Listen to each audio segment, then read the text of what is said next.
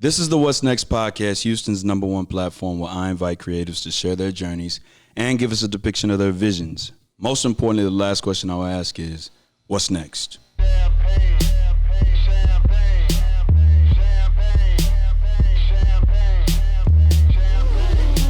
Oh, man. I got a special shout out coming out, man, in a second when we get the episode started. Episode 87, y'all. 87, that's big time work, big dog. Walk with us. Yeah. Yeah.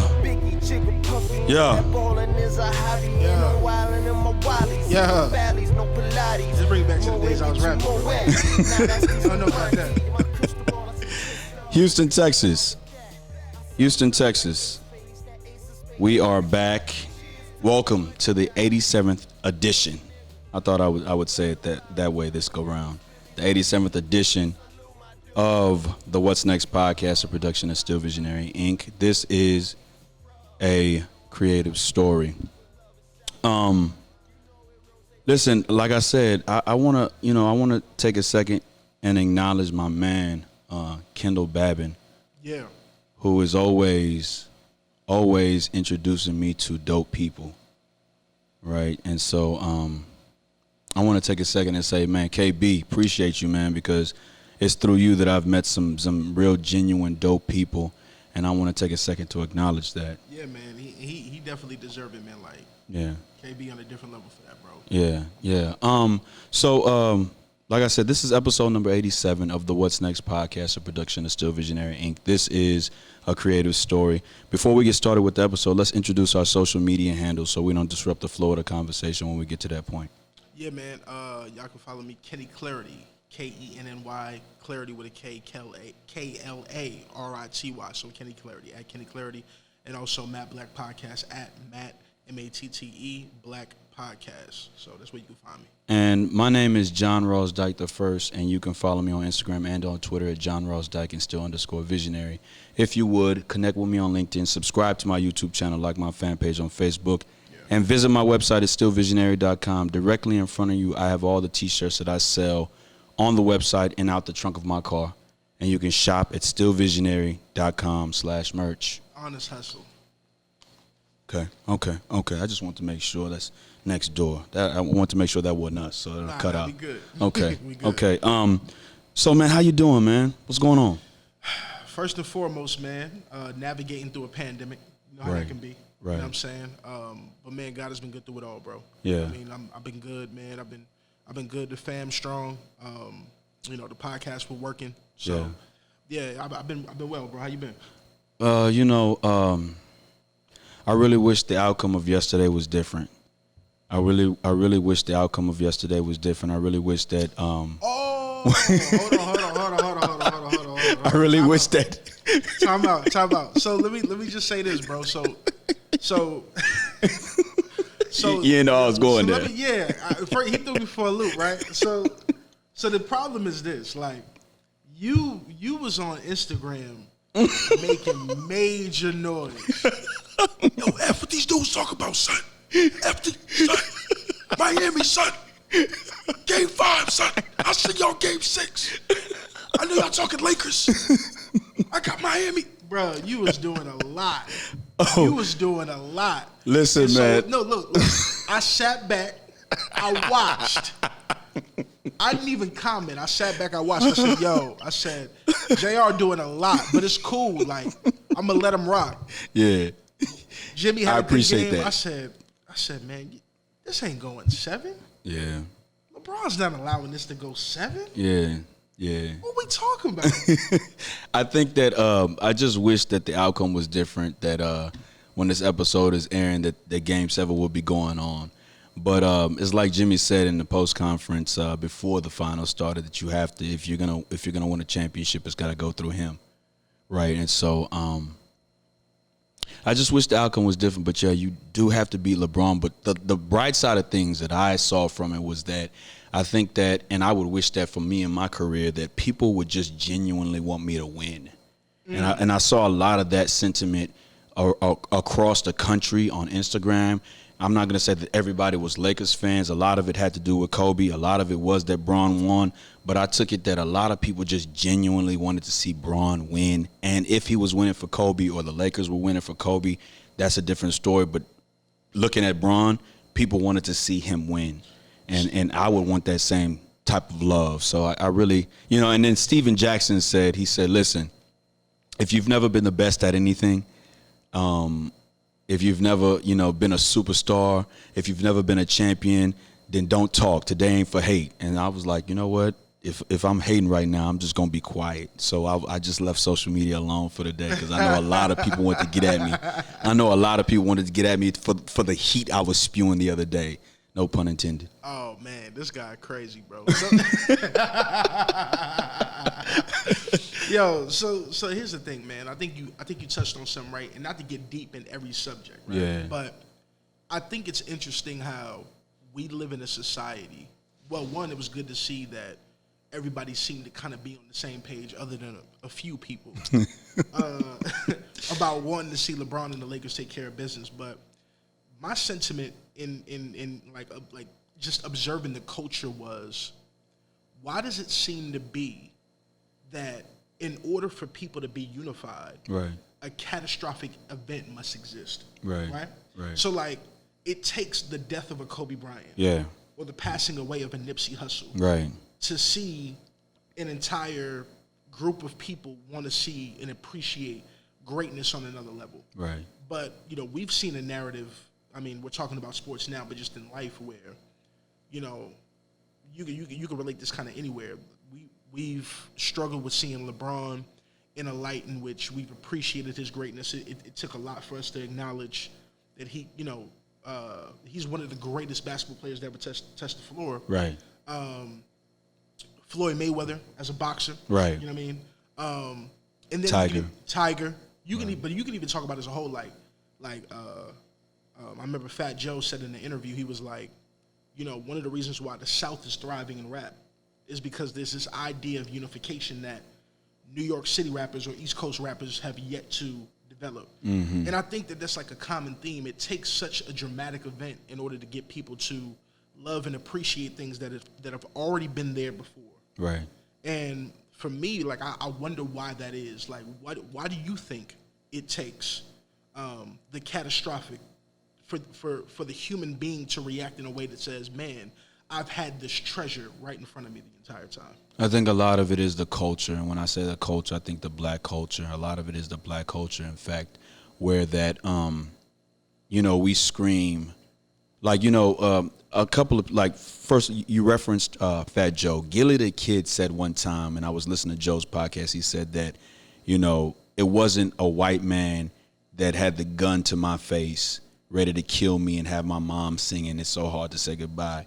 And the way Maul had interpreted that was that it's blacks killing blacks, right? And I think that a lot of times we haven't had happiness within ourselves as a culture. I'm talking about me, myself, and then me and the happiness that I exude with my family, and then the happiness that my family exudes on the whole family. We haven't had happiness for ourselves, so it's hard to celebrate and appreciate somebody else when we can't love ourselves initially. And so looking at that, I think that, when somebody's so real like Kobe, when somebody's so real like Nipsey passes, then I think that for that instant, everybody forgets about, me, and they think about, you know what? Man, I feel for somebody like Vanessa. I feel for somebody like Lauren London. Okay. You know what I'm saying? To the point where I like, God bless the dead, people have said to me, man, you know what? I don't know how you handled the death of your child moving forward. So, when somebody real experiences that type of loss, then people for a second get out of themselves and say, yo, I really feel you. And that's why I think that it's that way. I think that, one, we don't love ourselves enough. And then I think that when the time comes where, like when Kobe passed or when Nip passed, I think that you just have that love for that individual, or the way I wanted to word it was, I think that it just comes out of you. In that instance, you forget about everything else, and you're like, man, dang, we just really lost a real one. Man, dang, I just really feel for their loved ones. Yeah, I rock with that. I think it's funny. I've been like kind of working through this particular concept in my own life, and even like what to do. So there's this concept that I have called good sound, right? And the concept is I want to sit down and have conversations, much like me and you are having conversations now, where we kind of just reflect on just what is happening in life. Right? You talked about the passing of your son. I lost my father in 2011. Right. He died in my arms, and so experiencing a loss on that type of level can be traumatic. One of the things though that I haven't asked you this, so we're kind of we're literally having this conversation. Right. But one of the things I know is for certain is that even though you lost your son, I'm pretty sure that there was never a moment you necessarily took for granted, even though it was sudden, quick. You may not have had much, but you understood the gravity of having a child bring life into the world. Yeah, I did. My issue is, and I think this is part of the human condition to a certain degree. My issue is, and let me unpack it this way. Good sound, right? I once heard this idea that when you watch a movie, say you turn on a film, the one thing that's never appreciated about a good film is good sound. Right. Why? Right. Because it's readily available. It's a given, and the person who's watching it absolutely expects it to be that way. Right. But what's often recognized when watching a film? Bad sound. Right. That's why you can tell the difference between something like a Star Wars versus a low-budget African-American film. Right. Because in the moment you go, man, the first thing you notice is maybe the picture quality, but secondly, the thing that comes after that is, this doesn't sound good. Right. And so you pick that out, and it may be hard to watch once you realize, oh, this thing is glaring at me as I'm watching something. Right. But people never pick out what's readily available, which is good sound, right? People expect that to exist. And so the concept is, good sound are the things that you readily expect in your life, that are readily available, that you often take for granted. It's good sound, right? Like for a lot of us, like if you had a set of homies who've been rolling with you since you were a teen, you expect them to be in your corner. Right. Right? To not have them is then to have this new epiphany that you maybe should have appreciated them the entire time they had been around. Right. And oftentimes I feel like the human condition allows us to take very special things that we have in our lives for granted because we expect them to always be there. Right. Similar just the way that we treat everyday life. And so I say that to say bringing their conversation around full circle. Right. I think that's why. Yes, I think that's why. If I could pick it down, I think it's we look at LeBron, we look at Jordan, we look at Floyd, we look at Tiger, we look at all of these athletes or even entertainers, and we almost expect LeBron to be around. Right. It won't be a thing until LeBron retires. Right. We look at a league and say, dog, we got 20 years of the greatest, possibly, if not the greatest, one of the greatest players to ever live. Right. And we spent 18 or 19 of those years hating on him. Right. Right. Right.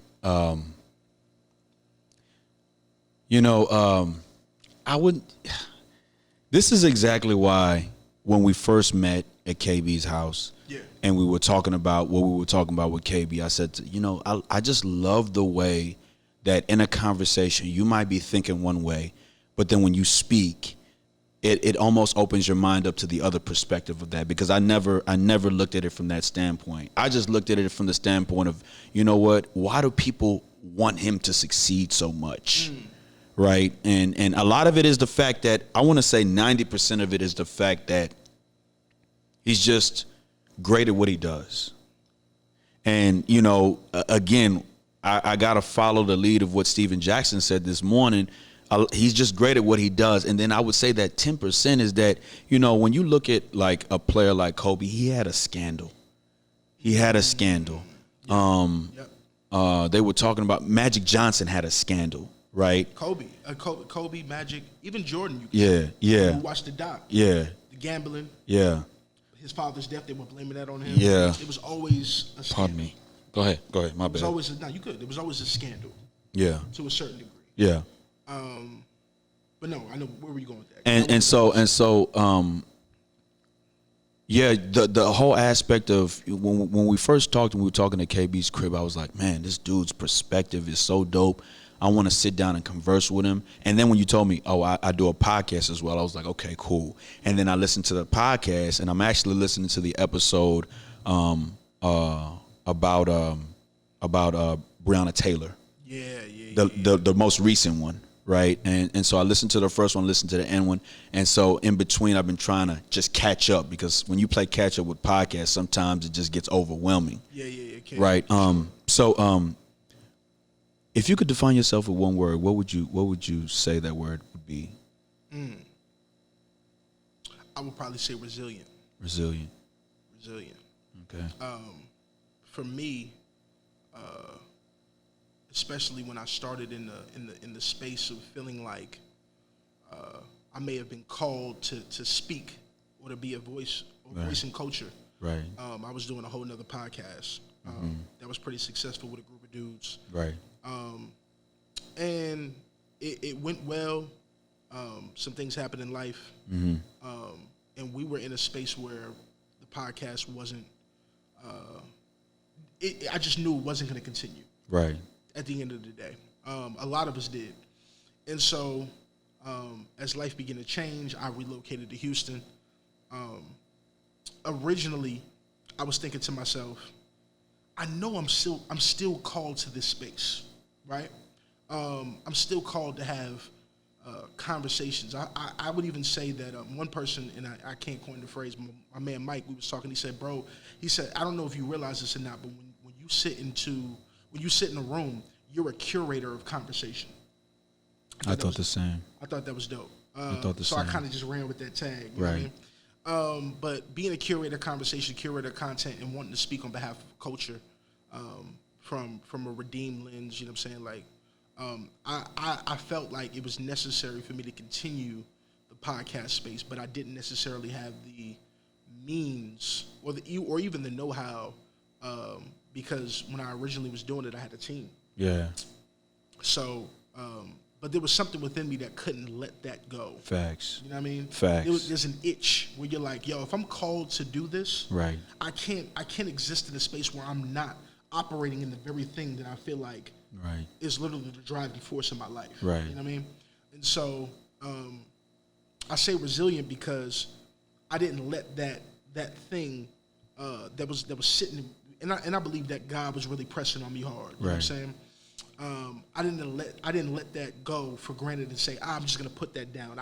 I found ways to build connections, to build relationships, and even build the knowledge to say, how can I get this started? Right. And so in starting the Mad Black podcast, that was something that I almost, as much as I knew God had called me to it, it's something that I literally had to prove to myself was possible. Right. You know what I mean? Because I was in a space where I felt like, I don't know if I can do this by myself. Right. If I need to. Right. You know what I mean? I believe and I have faith that God may supply a team, you know what I mean, that I may have resources, but if I don't, can I do this by myself? Because at the end of the day, the mission, the road is mine, and it's mine to walk. It's no one else's. Right. So even if no one follows on the journey with me, if the journey is mine, then it's up to me to put my one foot in front of another. Right. Without anybody's help. Right. And you know, so when I was able to put together the Mad Black podcast and it be something that is now perpetually going on and things of that nature, it was like a satisfaction and a gratification for me to feel like, yo, I actually was able to not put this down and to push past any of my own, whether that be self-doubt or just lack of know-how, in order to get something that I know was a passion of mine accomplished. Right. So, yeah. Right. I'm sorry I had to get rid of that sound, man. Just when you were talking about good sound, it kind of, and I could hear that buzzing. I was like, man, you know, I know people going to trip out on that, so I had to cut that sound out. Right. I understand. So, you know, I was talking to Echo, man, and he echoed the same sentiment of being able to stand on your own when it comes to what you believe in, that your purpose is, right? And so I'll go with this. What do you think that people should take from our conversation today? Man, it's hard to narrow down in one space, but I think the main theme that people can take is there is a different way that I believe individuals should look at their circumstances. And so what I want people to walk away with is even the things that present themselves as problems can actually be the greatest blessings in your life, right? I think back through all the hardest things that I've ever had to walk through in life. And I think that in every one of them, while traumatic, were also traumas that brought me to a new sense of growth. And so I want people to listen to this podcast as we converse and really think about the way that they view culture, the way that they view the world, the way that they view their personal circumstances, and think to themselves like, am I viewing problems in light of problems, or am I viewing problems in light of possible growth solutions? I want people to see it that way. You know, and you said something that was so pivotal when you were talking about your experience with your prior podcast, and I said to myself, you know, I had the same situation happen to me, and you spoke on a team, but you know, we were speaking earlier, and I was saying to myself that I've always been the type that I would love to have a team. Yeah. And I realized that in working in a team before, you start off on the same accord, right? And although I already knew that, you know, with my business partner, I had to realize, and the reason why at first I was kind of like, man, you know what, man, I was kind of like a flame. I was set aflame. But then I had to realize that the whole time my man was telling me, listen, this is who I am, right? And when I stray too far away from what I feel like I've put my life into, that is this one particular lane, when I try to divvy in this, I'm losing focus. So when I finally understood that, I realized that I really can't be mad. There's no need to be mad at anything. It's simply this. You have to figure if this is what you truly love and pursue it and keep going, because you have the foundation. At the time, I think I had acquired, like I was telling you, my man had given me all this equipment, and I acquired it all, and I said to myself, like you said, I see myself here. I'm called to do this. I got to keep going. Yeah. Right? And so for me, it's really one of those things where when you play, and so our team was a little bit smaller, right? And so you were able to learn a lot more of what you need to learn to be successful, to push yourself forward. Now, I'm still missing a couple of pieces, but I do echo that same sentiment that I'm called to do this, so I got to keep pressing forward. Yeah, man. Yeah, and I think that like it's important, especially like I feel like we live in an age, man, where I was just talking to somebody about this, where I don't know how you were necessarily raised, but my parents were very much of the school of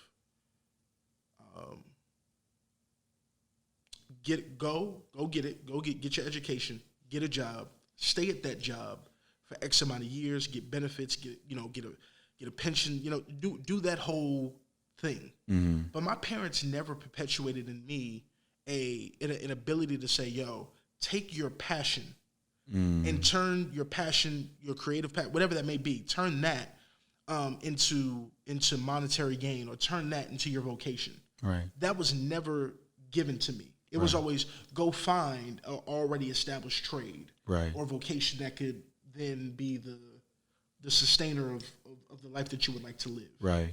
But I don't think I think like this new concept of entrepreneurship can be is special. It already is special, but it can be an idol, and we could talk about that. But I'm grateful for a generation, I would say, millennials in particular and beyond, who have now taken this concept to say, look, like, we're not satisfied with the status quo in the way that this should go. Right. If I have a passion, I'm going to find a way to monetize. Right.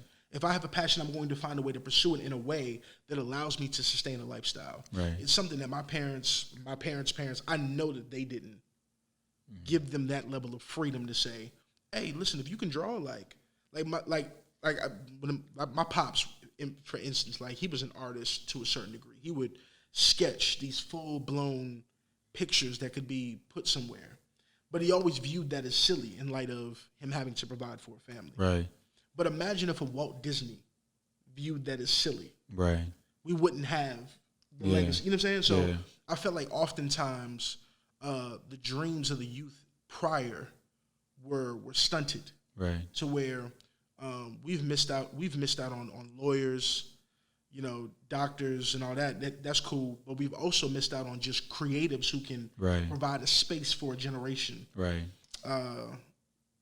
Simply because they were told to do things a certain way. Right. And so bringing that full circle, just talking about like just if you have a passion, especially in today's day and age, especially in a culture that's ripe, that wants to see creative pursuit succeed. And everybody has a way or a formula to do that. It would be a shame in a culture such as this for us not to give it 110%. Yeah, which brings me to this podcast. That was the whole reason for this podcast, creating a platform where people that had passions outside of the norm, i.e. working a 9 to 5, we could come and discuss that journey, because that's always infatuated me, because my parents too did not encourage creativity. Nah. My father was just like, hey, go to school, get this, and this, get all these degrees, and then, figure out a way to level yourself up so that way, he used to say that if a white man get 1 degree, you got to get 3 degrees. Mm-hmm. Right. And so my mom and my father are not the type that are like, you know what? Oh, I see that you can sing. Maybe you should write songs and try to get paid off of that. They're one of those types like, listen, you need a job. Your job needs to provide you insurance. You need to be able to take care of a family, this and this and that. So I totally understand that viewpoint, because I think that, like you said, nowadays, I'm seeing now more that everybody, especially with the rise of podcasts, and everybody's doing a podcast now. And I encourage it because, listen, people have different perspectives, and without this platform, nobody gets to hear your perspective on a grand scale. Yeah. You know what I'm saying? Like, I mean, your homeboys would hear it, right? But if I had never met you through KB, then I would have never known the Matt Black podcast and almost share the same viewpoint that you had with the Breonna Taylor thing, right? Really quickly, rest in peace to her. I want to say, I really want to just say rest in peace, because like I said in episode 85, I don't know what I was expecting justice would look like, right? But I know that no amount of money can ever bring back a life. You know what I'm saying? So, I was curious about your viewpoint. How do you feel that should have come out? How do you feel that it should have been resolved? Because you said that on one hand you can't blame. You said two things, and listen, let's talk about it. You know what? I like your podcast for a couple of reasons. You keep things really, really short. You don't veer off on the subject. You talk about the subject. You said if it's in the culture, it's in the show. Yes, sir. Absolutely. I know if it's in the culture, it's in the show. So. What were you thinking? Because for me, I thought that, and this is what we were talking about a little earlier. This is where you see a whole bunch of the culture band together, right? In light of the traumatic, though. Yes, in light of the traumatic, though. This is where you see the culture come together, right? And it really seemed like after the George Floyd thing, we hear about Elijah McClain, we hear about Ahmaud Arbery, we hear about all of these cases. It seems like when one drops, then it just we start to really see what people been hiding. And so we see Breonna Taylor murdered in her house, and the sentiment across the country is the same. Everybody's like, man, we need justice. We need justice. You see NBA players doing what they got to do. You see more people kneeling in the professional sports. And it's just like, man, I'm thinking to myself, well, when the verdict comes, I'm like, well, what was I expecting? Was I expecting that this was the time that we will really be heard, like literally heard, like everybody's wearing T-shirts, arrested killers, it's in everybody's music. People are coming on IG and they're saying, that's the first thing that they're saying. I seen Doc Rivers cry on ESPN or TNT, and I was like, it brought me to tears. I was like, man, it's really tough out here. But when the verdict comes through, I don't know what I was expecting. I think that's a good segue, right? Because here's the thing. I don't think anybody could voice what they would have liked to have seen from that verdict, right? Everybody can easily voice their displeasure when it all is said and done. Right. What is wanton endangerment? You know what I mean? What is, you know what I mean? And I do think that, no, I don't think justice prevailed. Right. In that case of Breonna Taylor. I think we have to be abundantly clear about that. Right. Facts. But I also struggle with, and not just with Breonna Taylor, I'm going to come back to that, but I also struggle with in general that though, you know, black people are not a monolith, there doesn't seem to be. Hold on, fam. What does that word mean? Because, you know, what does that word, a monolith, mean? Oh, got you. Monolith, one thought. Okay. Oh, thinking. definitely. Yeah. Okay. Yeah. Got you. So though that's not the case, and we accept that, we say that and we share that all the time.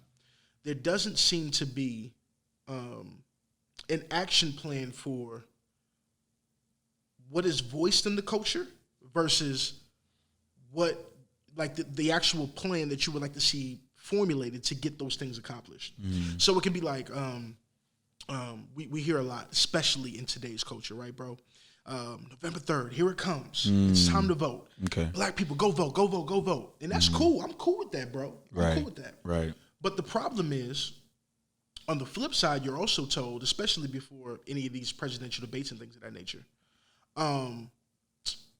us as black people need to get the black agenda across. Okay. But can anybody articulate to me what the black agenda is? Especially in light of the fact that, like we just said, black people from across the board would agree with the statement that they're not a monolith. We don't think alike. We are not of one thought. Right. So what exactly is the black agenda? And if we all want different things, then what are we necessarily banding together to do? Or where are we going? Right. For lack of vision is how the people perish. Right. And the vision can't be 12-fold. Right. There has to be this understanding of, no, we as a people want this, and be able to put that on the line. Right. Otherwise, you have a bunch of voices of a bunch of people screaming with no action plan, and everybody wears T-shirts and raises their fists and posts on social media and gets active, and no one does anything.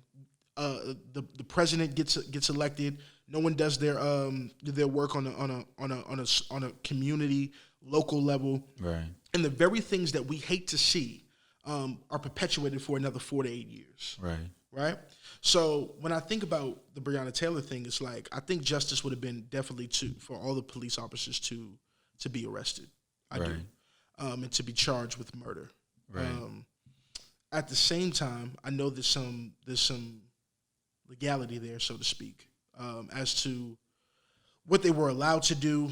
Were they within their rights, etc. I know there's some loopholes within the justice system, but I do think that at the end of the day, no one should lose their life, and a final judgment be made on their life, and the person that is taken that person's life, or the people that have taken that person's life, don't necessarily get reprimanded. They don't get reprimanded for doing so. Right. I don't think that is justice at all. So at the very least, arrests should have been made, charges should have been established, and there never should be a group of officers who walk away scot-free for essentially taking a young lady's life. I think at the very least, even if we can't, as a people or in a singular nature, articulate what we would have wanted, what we at least know is that the way that it went down can't possibly be acceptable to us.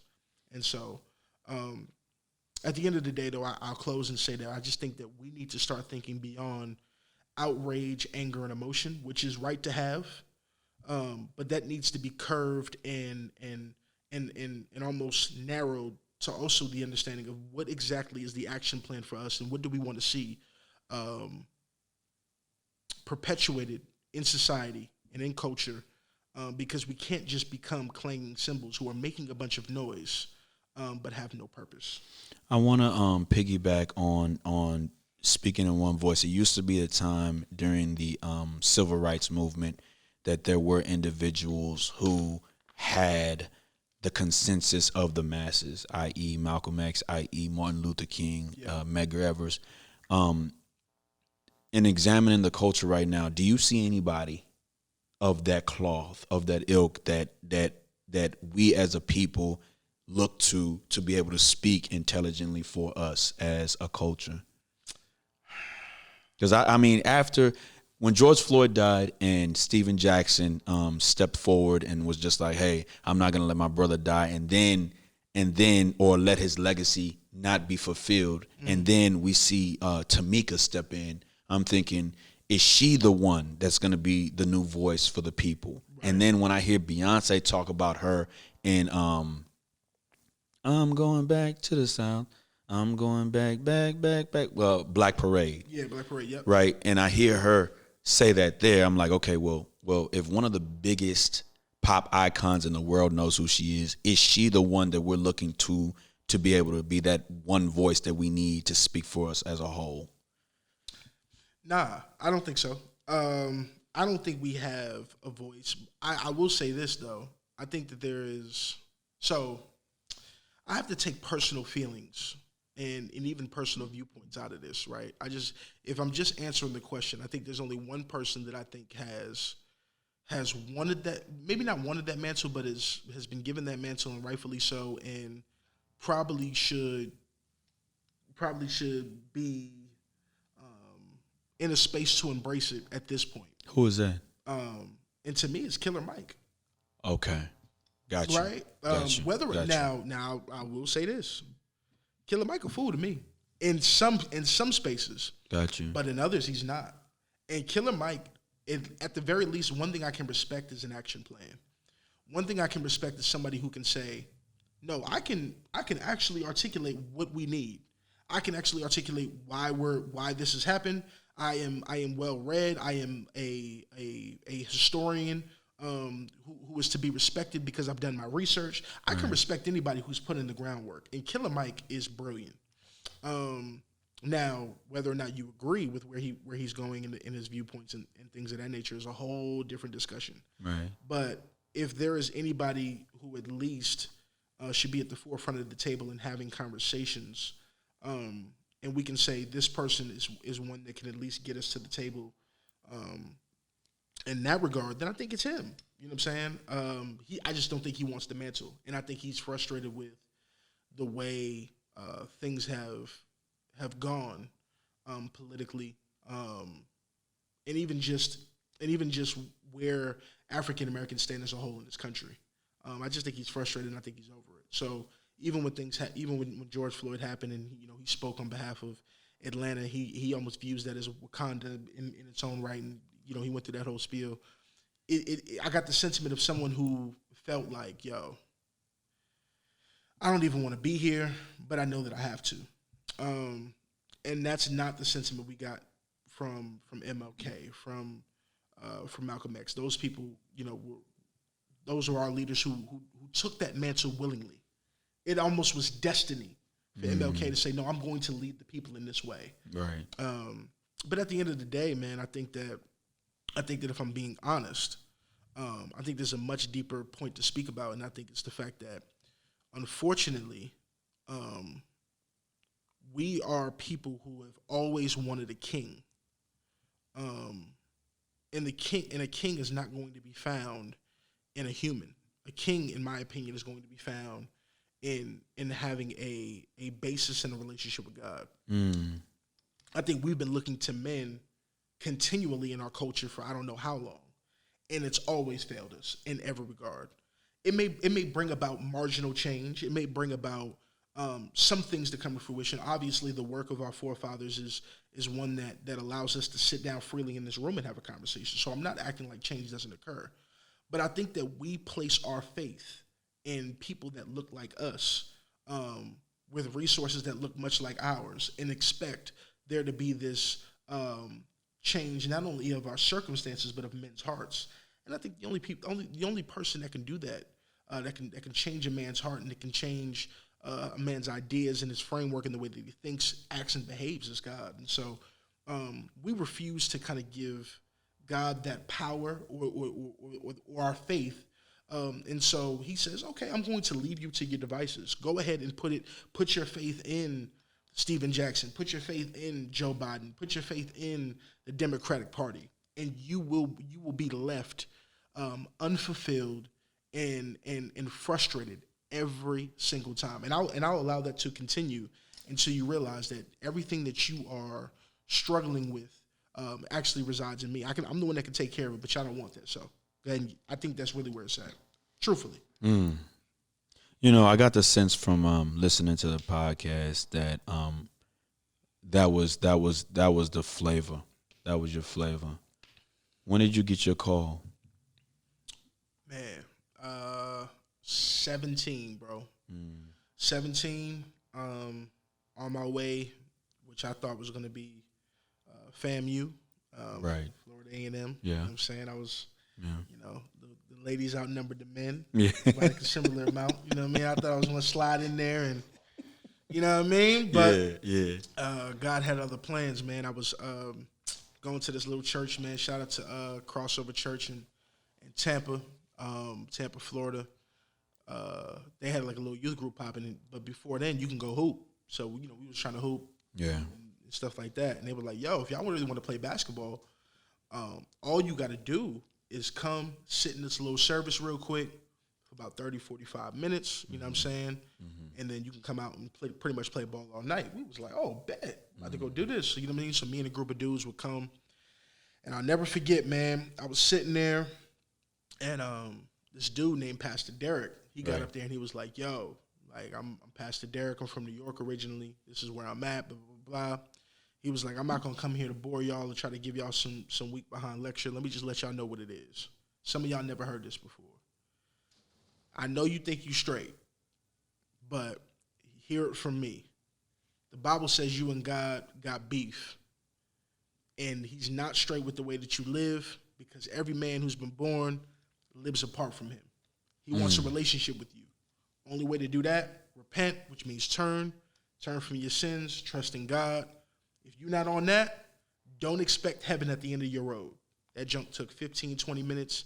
He was very blunt. He told us where we was at. He said, yo, it ain't got to be what churches have made it. I know people hate religion in the room. I'm not even trying to push that. What I'm saying is you need a relationship with God. That's as simple as going in your room, saying, yo, Lord, I didn't realize me and you were in this space.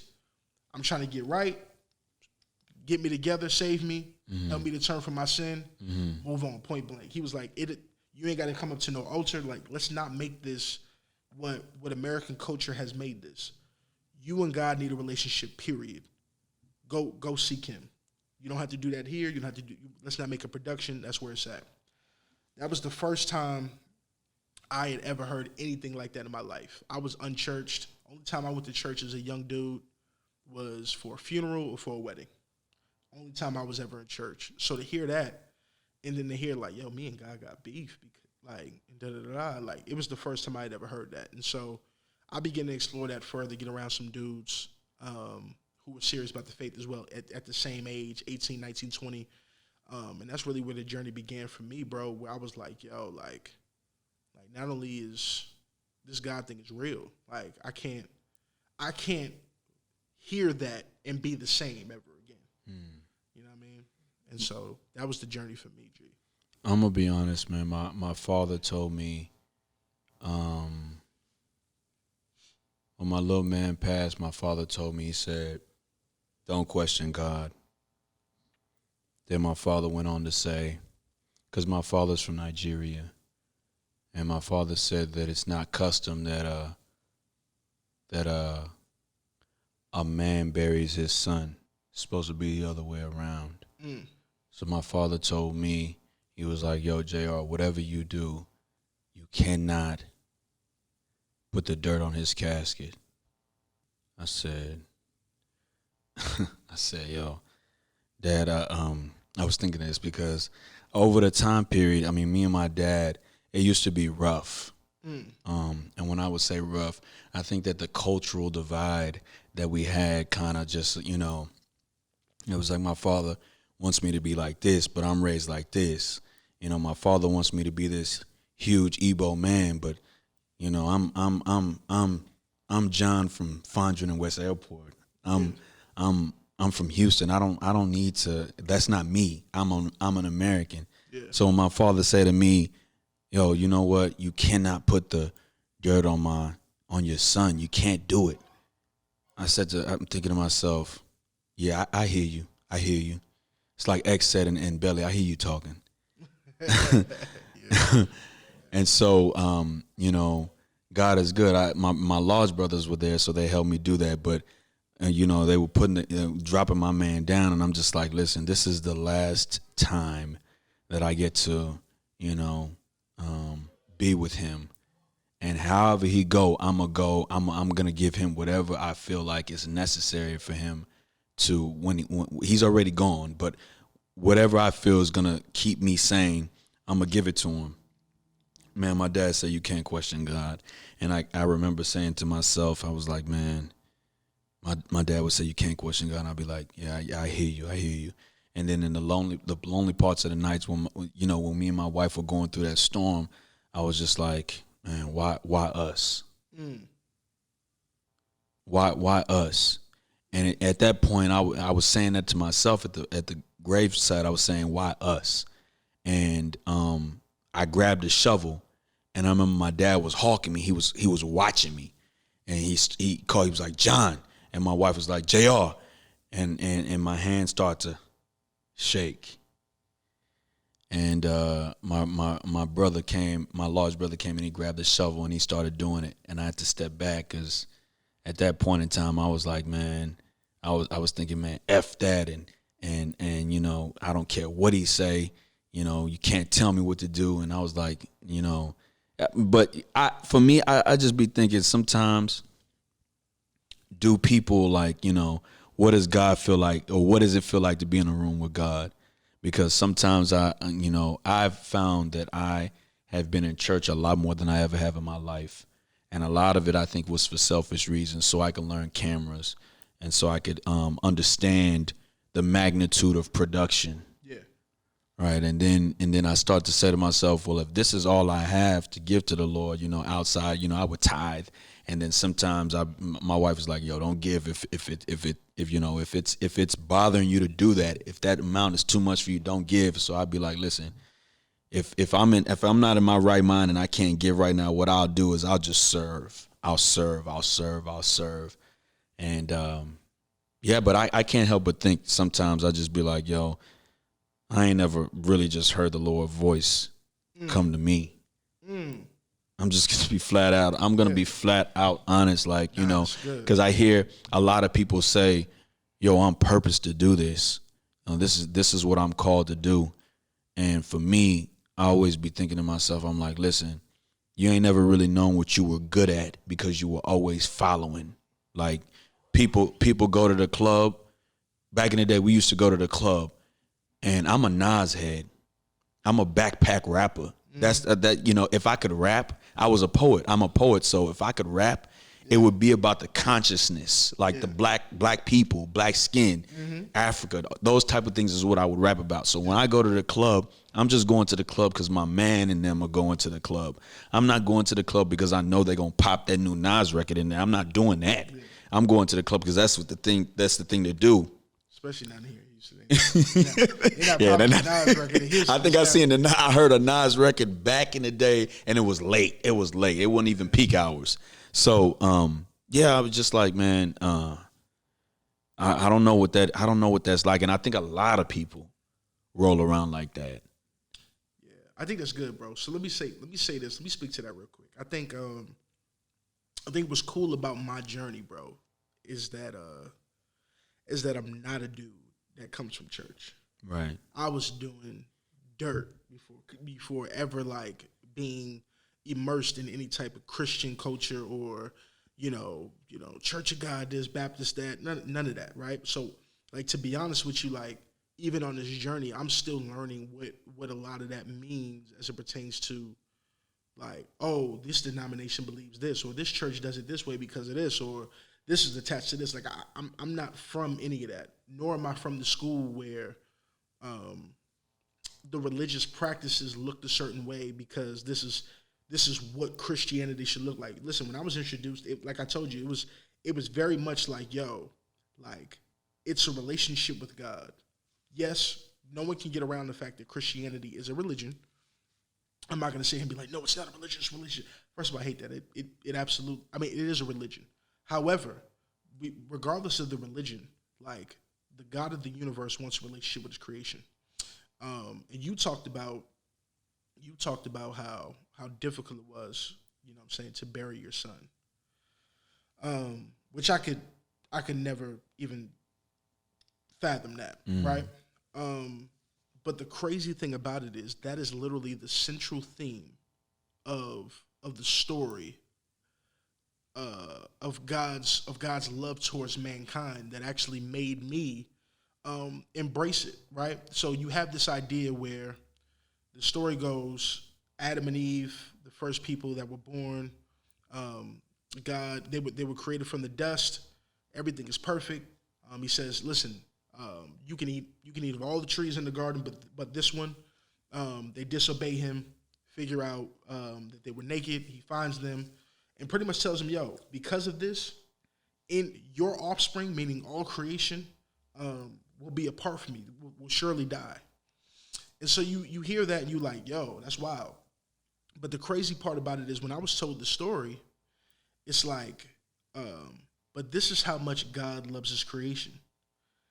Though he can't go against himself, in the sense that death is a certainty because of the sin committed, he still wanted a relationship with his creation so much that he, in place of man who should be taking the penalty for eternity, he then sends his son to earth, live the perfect life that we can never live, and die the perfect death that we can never die.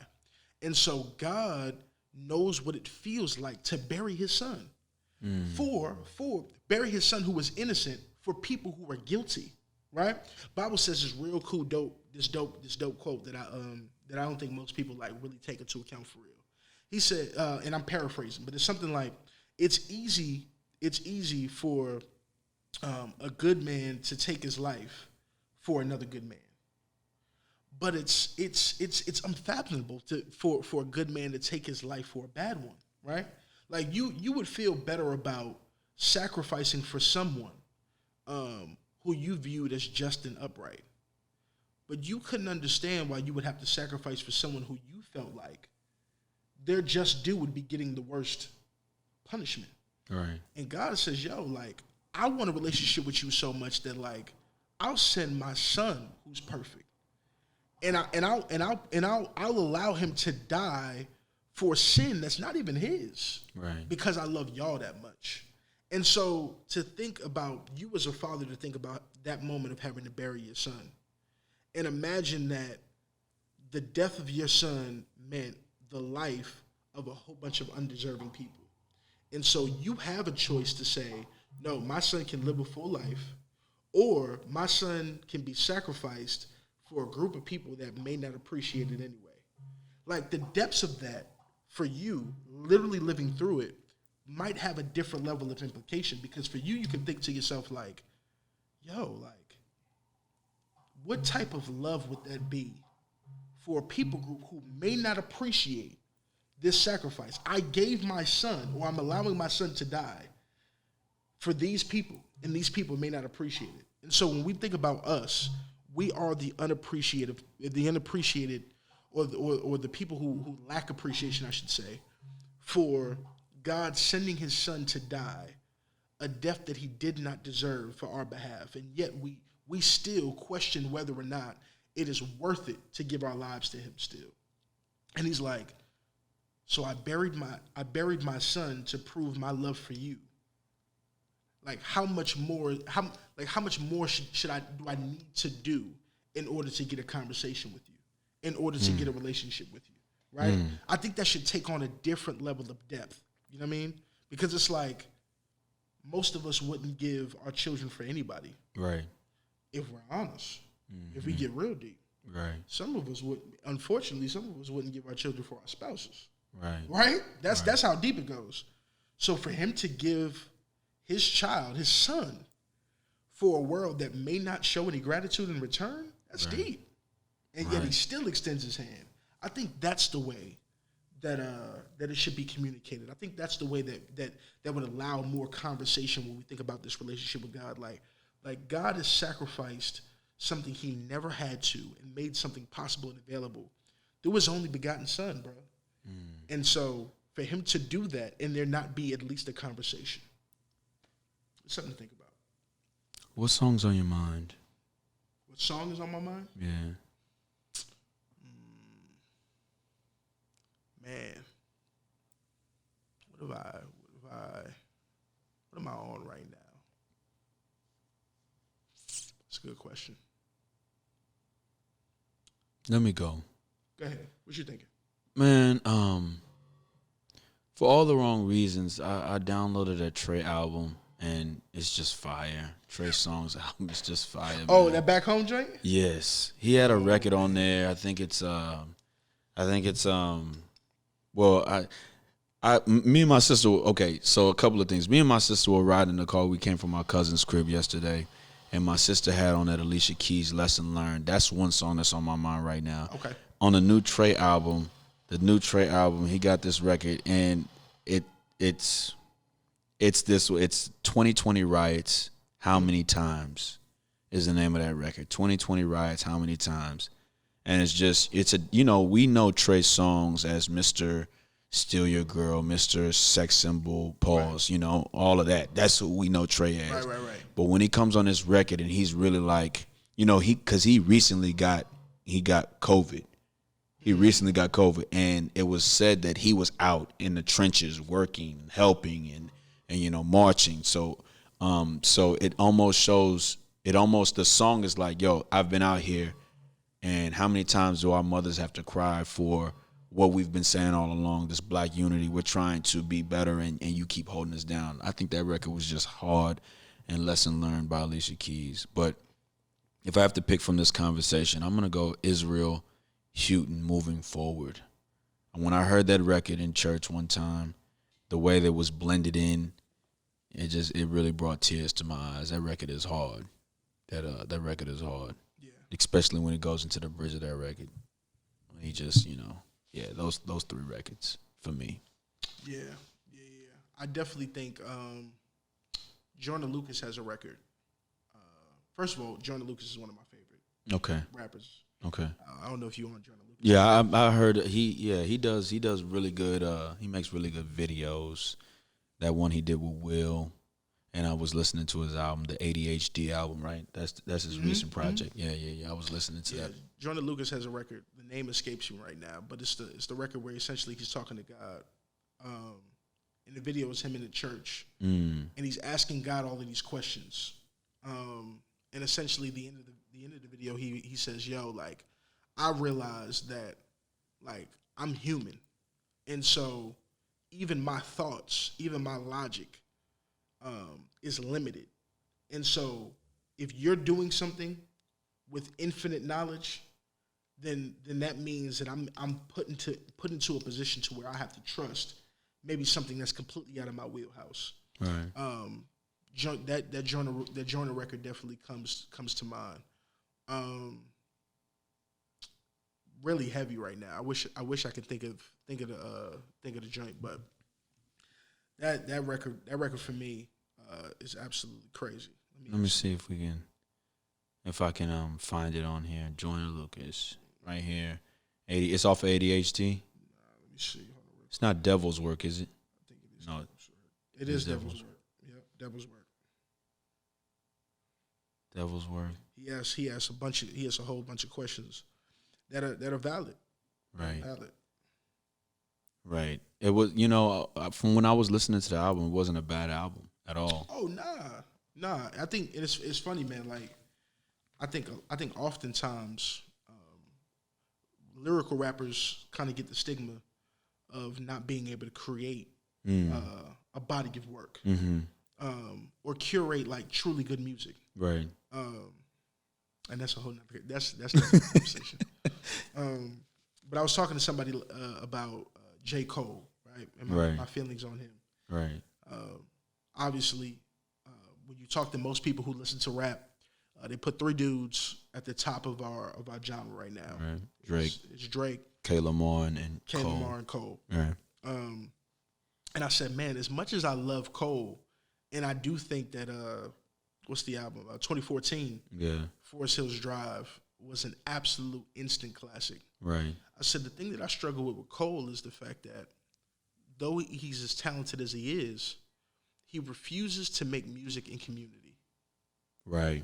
And I think some of the best music is made, or some of the best creative projects are made in community.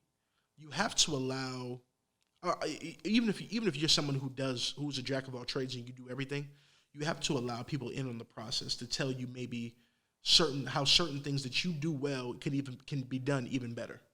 And I think that Cole is someone who, because he sticks to a certain level of production, he likes to have hands-on in all things. He doesn't always work well with others, right, in the creation of the work. And I say all that to say that I think many rappers who are in that Cole school oftentimes are pigeonholed into that being the thought of them as artists. They can rap, but I'm sure the music don't slap right universally. Right. And I think Joyner is somebody who I hope to see him continue to thrive, because I feel like he actually makes the type of music that could be appreciated by more than just the dudes who like lyrics. Right. Even though I'm a dude who likes lyrics, right? I think that even a dude who's used to listening to a certain type of rapper, if they give Joyner a chance, can appreciate what Joyner does too. Right. Personally. Okay, you made me want to listen to him a little deeper than I have before. I'm gonna definitely check him out on a deeper level. The Matt Black podcast. If you had to describe it in one word, what would you say that one word is for the Matt Black podcast? What would entice somebody to listen? Impactful. Okay. Because we're taking a look at culture from a redeemed lens.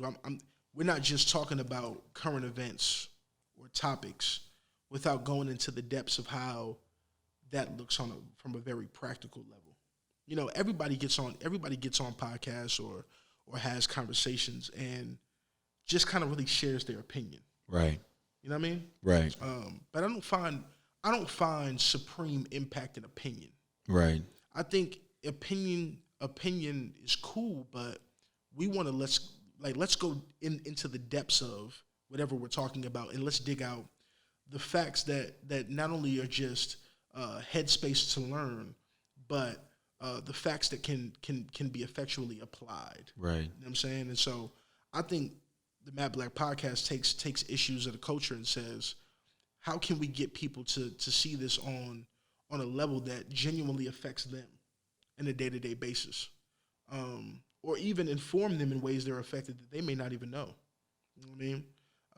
It's one thing to be on social media and see certain posts, or it's one thing to be immersed in a story, but like how does the... It's my wife.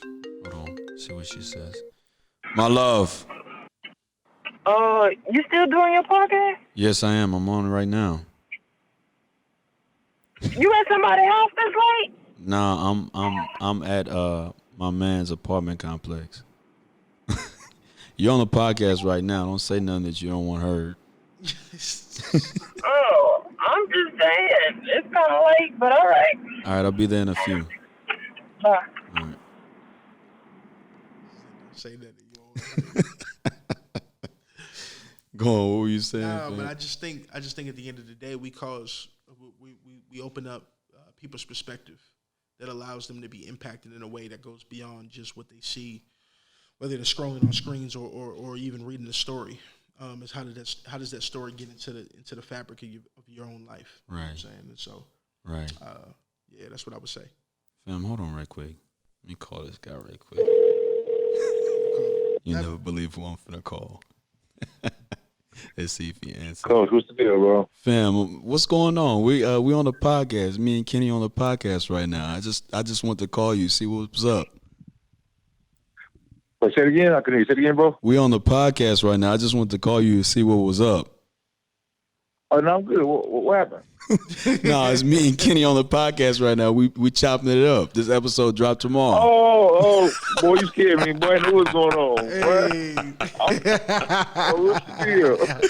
What's the deal? But I'm over here laying there. What you think I'm going? Hey, boy. I thought to call you early on in the show, but I was like, nah, it's got to be the right moment. And my phone rang. My wife called me, so I was like, let me call this guy up and see what he doing. Oh, yeah, no, man. I ain't doing that, bro. But when work kicked my behind today, I'm over there in bed. This man been napping since 5 o'clock, dog. Ken, look, bro. Hey, I got home by 4:30. I was asleep by 4:45, and then woke up at 7:30. I'm back in the bed because Dominique cooked a delicious meal. Oh, I'm done. Hey, is it pork chop night? No. Tonight was baked chicken. Hey, bro. I you can stick a fork in me. I'm done. I'm done. All right, fam. We were just calling you to say what up, man. All right, that's it. All right, y'all. All right, bro. That's a bet. I bet. Oh man. So man, today is October the 12th, 2020, and we have 80 days left in the 2020 year. What do you hope to attain in terms of the podcast and just personal aspirations in the remaining 80 days of the year? Yeah, man. I'm probably gonna be actually reaching out to you, low key. I wanna shoot a special. Right. One of them HBO type joints. No doubt. The same one that, like, you know, LeBron does the shop. Yeah. Yeah, I want to have a group discussion about an array of things. Right. And I'm actually trying to I'm not even gonna say where I'm trying to get it done at, right, or exactly what I'm trying to do, but trying to do an audio and visual discussion that will hopefully be released before the end of the year. No doubt.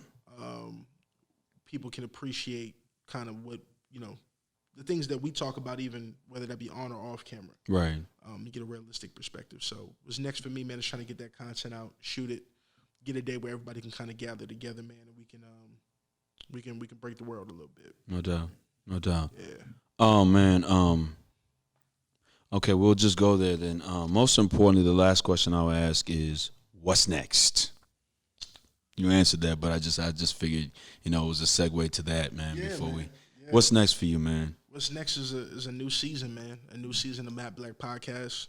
Y'all go mess with me, man. Like, I definitely want to engage with people and talk about the culture, man. My heart is for a generation of people to be informed and to think about things critically. Right. I think oftentimes we're fed opinions, and we're told how to think, and sometimes we make the mistake of taking that very thing and running with it, and it becoming something that we identify with. And what I want people to do is open up their perspective, their minds, and listen to the content and engagement and start thinking about culture from a different level. Right.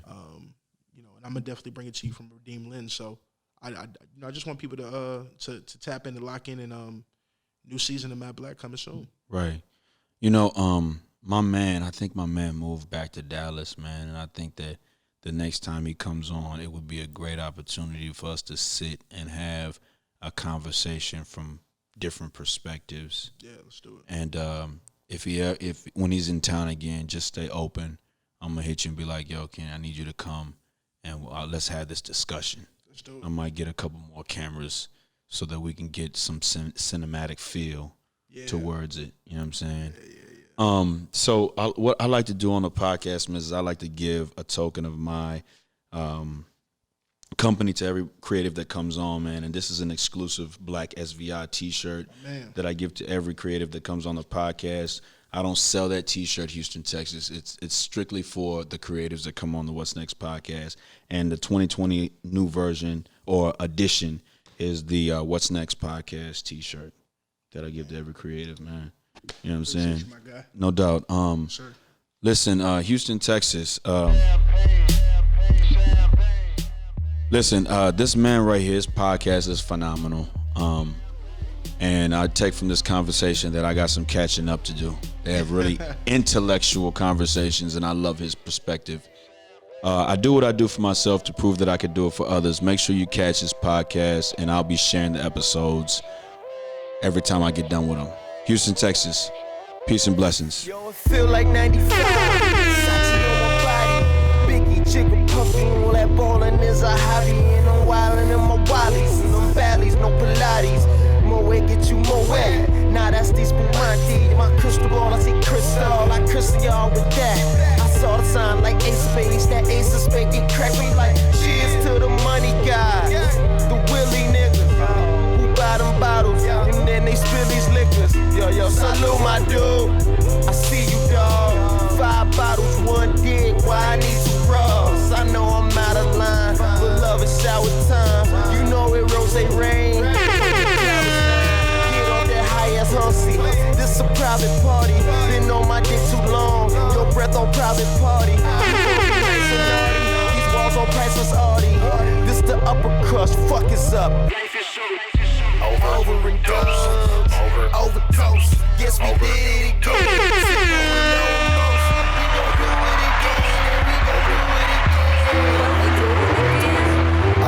The most. Overdose. Overdose.